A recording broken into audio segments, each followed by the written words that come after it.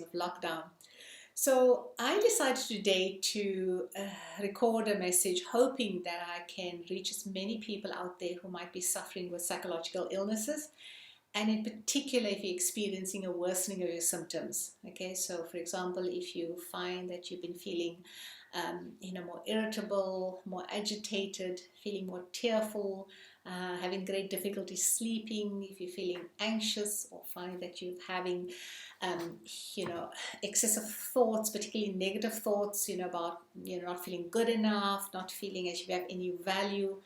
If you find that you've been feeling completely overwhelmed, or not remembering things, if you've been feeling suicidal, if you've had any of the exacerbation of your pre-existing condition, then this is for you. Okay.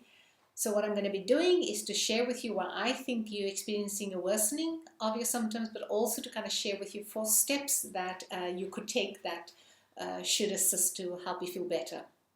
Okay, but before I do that, let me just share, that we are going through an unbelievably stressful time. The kind of time and experience that none of us have been prepared for.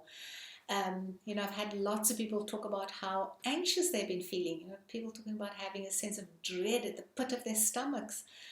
Others talked about feeling quite tearful. I woke up the first day of lockdown with a lump in my throat. The kind that you feel when you feeling particularly sad, but it's not the ideal time to be crying. The one that kind of makes it even hard to swallow. So I had that for most of the first day, and I just couldn't understand why. I couldn't connect the dots. I understood the importance of the lockdown. I've been in discussions with clients in my therapy sessions. I've discussed family, friends. We've spoken about, what's happening in the rest of the world and why, in fact, this is the absolute logical step. Some of us, in fact, wondered why it didn't happen sooner. So intellectually, no problem, no resistance, no challenges with regards to the lockdown, but yet woke up in the morning and it was a very different experience. It's only late in the day that I realized, in fact, that what my body was doing is mourning, that I was in grief. Life had completely changed. The routine, the going to work, running the road, for my exercise during the day, going to the shops or just meeting friends, just the things that's just been normal every single day. It all kind of stopped, and so my body was grieving the loss, in the way in which our bodies are designed to grieve loss of any kind. So yeah, it's been difficult. So of course, now having understood what it was about, it's become a whole lot better. And so what I want to do now is to share with you why you might be experiencing a worsening of your symptoms. Okay.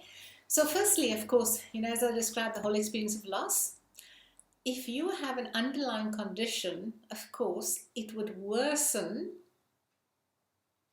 that experience, because what you're dealing with now is not only the underlying condition, but also the process of grief, all right? So it will feel like an intensification, which of course it is, of what you're experiencing. So there's that. Your environment is completely changed, all right? Then, of course, those of you who've had, work as part of your routine, or if it wasn't work, whether you had kids that you had to see off in the morning, cleaning the house, or, doing any kind of activities and, being ready for the family when they get home. So whatever the routine might have been, what it did allow is a suppression of the symptoms, so much so that you didn't feel what was going on. So even while this was going on, you weren't as aware of it. So take the routine away, now the brain has got ample opportunity to now register what's going on. So we talk about it as, entering into your consciousness. In addition to that, every single day we are exposed to the information about what's going on in the world. For the first time on a daily basis, we are bombarded with information that by its very nature is depressing, it's sad, whether it's about the deaths. No other time did we have to kind of listen to information on this scale. So that certainly will also make you feel a lot worse. So when you're feeling particularly emotionally vulnerable, as most of you do who are dealing with a psychological illness, what would happen is that you would then over-identify with what's happening there. There's be very little barrier between your emotional experience and what information you're exposed to. So it'll feel as if you can experience and feel the pain of the people going through the difficulties, right? So there's that as well. Okay. So now that you understand the environment has completely changed, it's completely unnatural, and of course all of that contribute to a worsening of your symptoms, or in fact a relapse for those who in fact have been feeling better up until this point. So now what to do? Okay, so let me just say, I quite enjoy using mnemonics if I need to remember something. Okay, I've been using it throughout all my studies, so whether it's mnemonics, phrases, I've kind of used it quite extensively, and in fact for me the wackier the better. Okay, so I've come up with a mnemonic, all right, and it's ARSE, and so you don't have to say the word, but if you have to, of course you know it spells arse. Okay, so so A is for acknowledge. It is important to acknowledge what's going on. Do a check-in, see what's going on with your body, like pay attention, and write down what's going on. And a good idea, in fact, is to rate it. Just use a rating scale of say 1 to 10, 1 being like really really mild, 5 being kind of middle of the road, 7 to 10 being quite extreme. Write it down. Okay.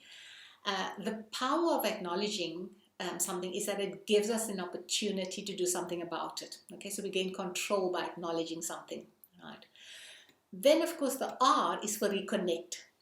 What this means is that if you've got a counselor, a therapist, a medical doctor, or a psychologist, reconnect with them. Let them know what's going on. They will be in the best position to be able to assist. They've got your history, they know what has worked in the past, and they'll be able to assist you. So for example, medical doctor, she might, for example, suggest that you increase your medication.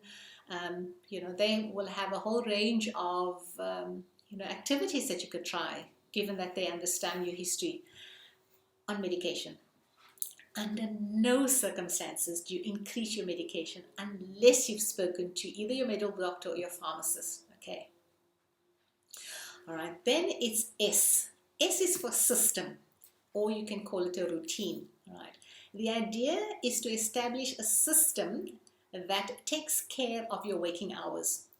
So you take pen and paper, and then you jot down the time frames of what time you're going to have breakfast, lunch, supper, the periods that you're going to be working, whether you're going to be including exercise, or whether it's taking a skipping rope and skipping outside, or outside as in of course in your yard and not outside in the road, or your room, whether it is cooking, knitting, praying, gardening, anything that you have access to, that you kind of record it. And so the idea is to establish a new norm, something that you can then do repeatedly every single day.